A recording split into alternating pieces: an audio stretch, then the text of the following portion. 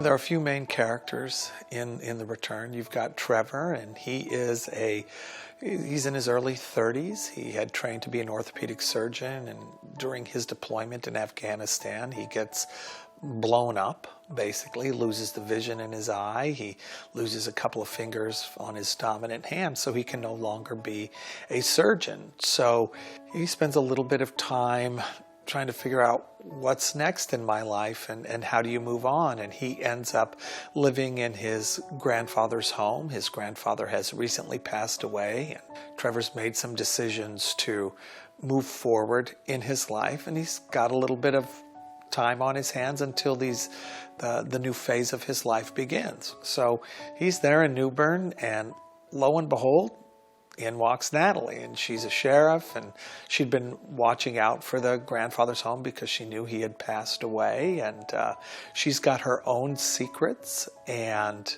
of course, I write love stories, so without telling you too much of what happens, I'm sure some people can probably deduce what happens. And yet her secrets are something that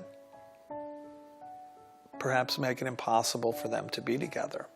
And you've got a final character, Callie, and she's a young girl, a teenager, and she works at a small store that also has a grill in it, kind of a general mercantile store, so to speak, which is where Trevor goes. And he befriends her, and he begins to believe that she might have some information regarding his grandfather. And as he tries to learn this information, he realizes there's a mystery about Callie herself.